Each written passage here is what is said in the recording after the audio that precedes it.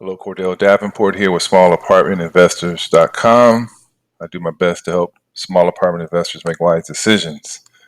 Check out my website when you can, smallapartmentinvestors.com. It's filled with a lot of information, videos, articles, and so forth to help give some knowledge and some tips and some tricks. And now, in this video, I'm going to talk about tenant screening. And when someone moves into an apartment building, at times a person can cause a lot of problems. They may not pay their rent, or they can just be a nuisance that is, to others, or other tenants file complaints against them. They're just big problems. And now the manager or you, the owner, have to say, okay, well, is this person going to get out of here, or are we going to evict them? And depending on where your property is located, what state it is, it can take months, and it can cost thousands of dollars to get them out. And you know how this all could have been avoided? Well, I'll tell you, it's by having a proper screening process before that person even enters into your apartment building. There are a lot of companies that provide the service to provide the reports for the screening process, but it's up to you as a manager or as the owner to make the final call on what's going to happen with that tenant. Now, this presentation will hopefully help you make wise decisions. It all starts off with pre-qualifying applicants. The goal is determined up front if the applicant is qualified. You should have your rental criteria and the requirements be upfront, up-centered, before they even apply. And you have them verify that they do meet their standards that you have developed before they apply. You don't want to waste time on someone that's not qualified or can be a big problem down the road. Of course, you have to follow fair housing laws and so forth. Criteria.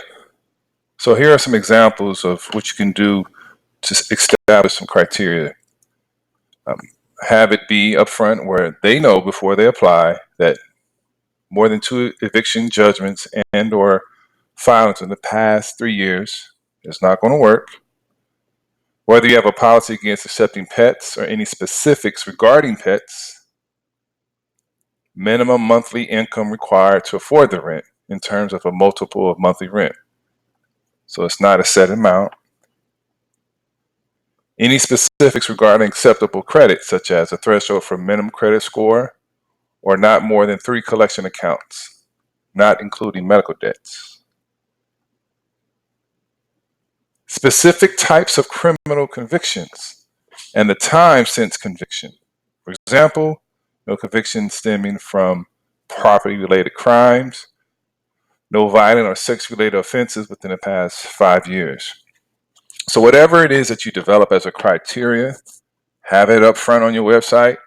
Make sure that they have met the criteria standards, like say there's like a checkbox before they even get to apply.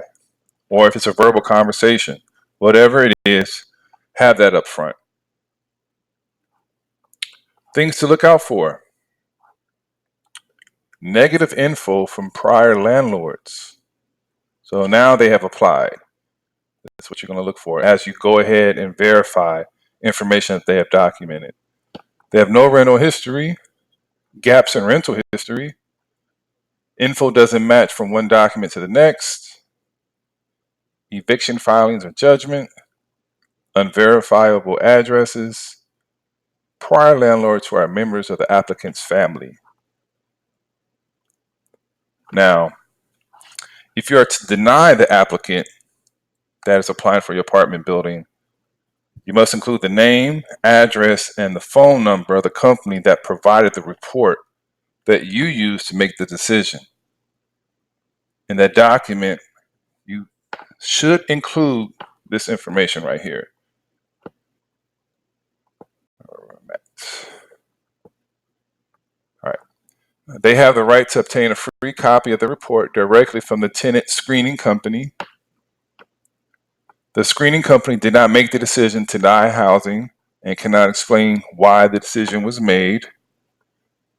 Inform them of their rights to dispute the information in their report directly with the tenant screening company if they believe to be inaccurate. So have all this down, CYA, as you send this information out. That's it, folks.